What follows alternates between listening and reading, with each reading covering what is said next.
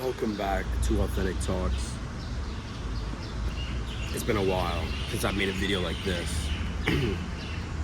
And just want to talk about how you are actually in control of shaping how you perceive the present moment. And a little bit about identity or ego and how I want to talk about thoughts. And something I feel is really important for people who are maybe becoming more aware of the deeper things, the more fundamental truths of the world, rather than the superficial stuff that the world is surrounded by. Okay, I just want to say, I'm gonna drop a little quote by I don't know who, but I just came up with it, but it's definitely not the first person to say this, but it's like, if you are not in control of your thoughts, then your thoughts are in control of you. Not a great quote, but the idea is, well, first, if you're not in control of your thoughts, well, I guess you're not really in control of your thoughts ever, because your thoughts just kind of happen because your mind thinks of them, you think of them, they're just thoughts. You can't control your thoughts, but you can control your relationship to them. You don't want your thoughts to control you, dictate your idea, your sense of self, your identity, your ego, the way you live your life, the attitude you have towards the world. Because if that happens, that's a very dangerous, slippery slope. Because the truth is, you're not in control of your thoughts, right? So if you allow something that's out of your control to affect you so much, it comes back to that idea that I've preached about, which is that the only thing you can control is how you react. The only thing you can control is how you react to your thoughts. So a really easy frame, a really easy way, mindset to have, frame, mindset, lens, perspective, all the same thing. A really easy mindset to have on this is just being aware of your thoughts and just observing them. Like, oh, I thought that guy's hair was really ugly. Oh, why did I think his hair was so ugly? Oh, maybe because I think that if you have bad hair, then people would judge you and therefore it's negative. I don't know. You basically be aware of your thoughts. But don't be too attached to them. Because also you might have a thought like, oh, clearly I suck at math. That's an easy one, right? Clearly I suck at math. That's what you think. Oh, this is so hard. Must mean I'm bad at this. Now, you've had that thought. You can't do anything about that. But if you become attached to it, oh, I guess that means that I'm bad at math, that becomes a very dangerous thing. Because the truth is, you only ever have your present moment, right? You can't base yourself off your past. Yes, I've been kind to people before, so my identity tells me that this time I should be kind again. But this is a very slippery slope, because it's also a breeding pool for negative behaviors of yourself, negative self-image. Oh, I suck at talking to people, so I'm gonna think that I'm not gonna be very good this time, as opposed to just going in with full confidence. Maybe you do suck at talking to people, but having that negative self-image is really bad. And this might sound really basic, oh, have a good positive self-image, use affirmations. And yes, that's what I'm getting at, but more so I'm getting at that idea of if you're not in control of your relationship with your thoughts, then your thoughts will control you and your relationships. Oh my God. Thank you. So yeah, just be mindful of becoming too attached to your thoughts. And this speaks to my last little Instagram video I made, which is you want to let go of things, let go of attachment. It links into Buddhism, which a friend of mine has really opened his eye to and shared with me his knowledge, which is partially why I'm explaining this right now. This be less attached, have less desires, because it is true. I think it's helpful. If you become less attached to your thoughts, you're not going to be completely in control of them. But also here, okay, so I wanted to add one more thing here. Now it's coming to me. It's also okay, so what relationship do you want to have with your thoughts? Okay, yeah, obviously, I said, you just want to observe them. Just okay, that's my thought, I guess. And detach the thought from yourself. It's just a thought that you had. And I'm not talking about just negative thoughts, just any kind of thought. Thought, bro.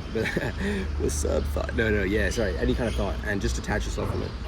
Because there's two frames of mind, mindsets, frames, lenses, perspectives that you can take on how you approach your thoughts. One is curiosity, which I think is important in life. And the other is an attitude of learning. So it also links to curiosity. It's like being curious, and then based off what you find out because of your curiosity, growing from it, learning from it, right? So, you know, you might have a thought like, oh, like, okay, well, what's a good example here? Like, I might have a thought like,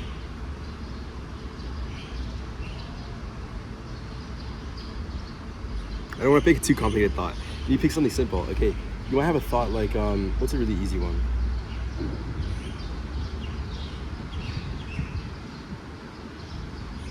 Okay, this is probably an easy one. You might see somebody like having a good time with people, just talking to people, and then your thought might be, you might have a thought like, oh, this guy must be such a dickhead. This guy must be such a jerk. You know, he's so nice to everybody. He must be such a jerk. Like, he's just so this guy must be so egotistical, right? Like, this guy must have such a big ego. This guy doesn't know the world. I don't know. Like, maybe you haven't thought about somebody like that, and so, you know, first off, you can just observe it. Like, okay, I had this thought. And be curious, okay, why did I have this thought? Why is this a thought that I'm having? Why am I putting so much importance on somebody else's ego? Maybe because I wish I was more like that person who's just like super, like, I guess the word is charismatic, like that person who's like super charismatic. And because I'm not that, I'm gonna hate on it. Why am I hating on what I don't have? Ooh, that's not good. And then there's like opportunity to learn there. Oh, I'm learning. Okay, so maybe I need to shift my attitude. Be more open-minded and less judgmental, right? That's a very basic run through of like taking into practice what I just said. Yeah, I think this will help greatly many people. I think this is like the core to anything you want to do in life. Like, literally, if you just adopt those two things, curiosity and learning, and also I'd like to sprinkle in some humor. I think it's great to just laugh at yourself, the world, and people around you. But more so just like the curiosity and the learning, like that's gonna take you like so far, you know. Here's another one, like, oh, this is an easy one. I was just thinking like, okay, curiosity, you know, asking questions, that's the importance of that. But let's say you're in class, and you know, I used to sit next to a guy, and a good friend of mine in math class, and I would stick my hand up all the time. Every time I didn't know something, my hand went right up. But he would like never stick his hand up, even if he didn't know the answer. If I didn't know the answer, I'd usually ask the teacher, or I would ask him, because he was pretty good at math. I wasn't. I was all right at math. And so like he wouldn't stick his hand up. Like, you know, Quinton, you don't know the answer. Why don't you ask the teacher? And he's like, oh, the teacher's scary. And he's like, and I don't want to stick my hand up now. Okay, this is probably not him, but like maybe because sticking your hand up in the class is going to draw attention to you. So when you ask yourself, okay, here's the thing. The thought is like, oh, I don't want to stick my hand up. That's your thought or your action. You can ask yourself why. Oh, why don't I? Observe it. You become like outside of the thought. Do not become attached with it. Be like, oh, why did I want to not answer? Put my hand up. Oh, maybe, why? Oh, maybe, oh, I have a fear. I have a fear of attention. I have a fear of getting it wrong in front of everybody. This is a natural fear. But then realizing, oh, I have this fear. Oh, this fear is holding me back. Okay, what is my learning? Okay, I need to overcome this fear and just stick my hand up. Or I don't know what the exact pathway would be, but something like that. Yeah. So those two, they're gonna take you really far in life, I believe. Because I don't know, I got a feeling. Yeah. And there was something else I wanted to add. Can't quite think about it right now. Are we recording? Oh, 9 minutes. All right. There was one more thing I wanted to add. Anyways, most of what I wanted to say is there.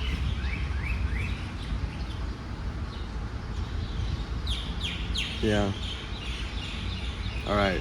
Well, those two things are going to take you far in life. Really do ask yourself those questions, especially when you find yourself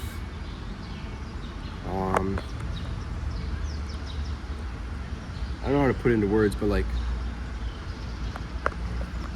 in the parts of your life that you really do know that you struggle with understanding, or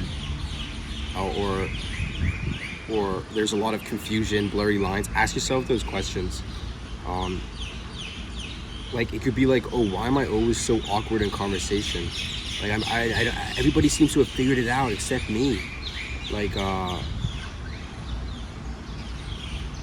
then okay, I don't even know what I was gonna go with there. Forget that last part. Anyways, I think I've said enough for this video. Hopefully that hit some kind of bells, ring some bells, and there's something you can take away from there. And also I encourage you to make these videos, because these videos, like yourself, just put your camera up and talk to the camera. I upload them on YouTube because I'm with the hope that maybe somebody will see them and be like, oh my God, that I needed to hear that. But more so, make these videos for yourself as well. I mean, I do. There's a couple of videos I haven't uploaded just because like, just haven't, but probably should. But yeah, make these videos for yourself, because look, this is another way to embrace these 2 pillars of success that I just told you about, of mindset success, life success. Because what I'm doing is I'm recording myself talking about thoughts that I have, and by talking about the thoughts, by vocalizing the thoughts, and it will bounce, like, and talking it to the camera, I have to kind of explain the thought and everything. And so it almost allows me to take that outsider perspective, become less attached to the thoughts. So maybe if there's something you don't like, oh my God, I don't know how to talk to other human beings, turn your camera on and just be like, okay, John, like pretend my name's John, like, okay, John, you don't know how to talk to humans. Why? Every time you talk to humans, you feel like you have to know what the next thing is, what the next thing is you're gonna say. You're always trying to stay one step ahead because you don't know how to socialize, so you're trying to prepare for the fact that you're gonna be awkward, and you're trying to have some pockets in your back question.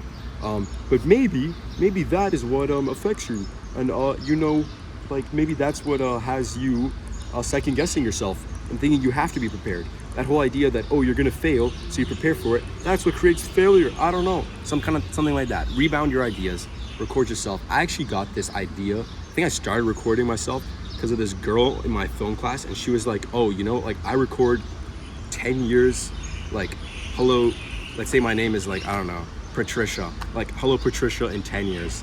And like, you'd be like, yo, hey Patricia, in 10 years, this is your life right now. I was like, fucking genius.